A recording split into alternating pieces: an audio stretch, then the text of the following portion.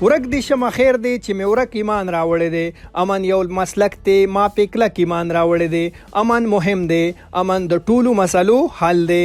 هم د دې بېشمېره مسلو حل دپاره ټلکینډ کې کورمې ضلعې سره تعلق لرونکي خویدت خیل وتیزي پلوسین وزیر منډان علي شیرزي او دغه شان د نورو کامونو جرګه ترسره شوې ده. کوم کې چې د ټل سکاوټ کمانډنټ علمگیر یوسفزئی د کورمې ضلعې انتظامیه او پولیسو هم ګډون کړی وو. په دې جرګه کې مشرانو پریکړه وکړه چې امن و امان صورتحال برقرار ساتلو لپاره به پاک پوچ سره اوګه په اوګه ولاړ یو. نن سبا چې کوم انټرنیشنل د پاکستانان دښمنان دي او هغوی لګیا دي د عوامو او د فوج منځ کې دوری پیدا کولو بھرپور کوشش کوي.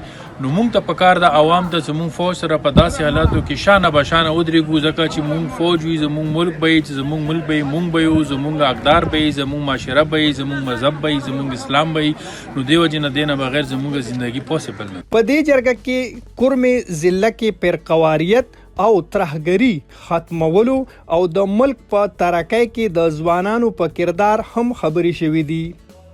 پکنیک پوینټس نشته په کور د په علاقې کې پکنیک پوینټس جوړ شي.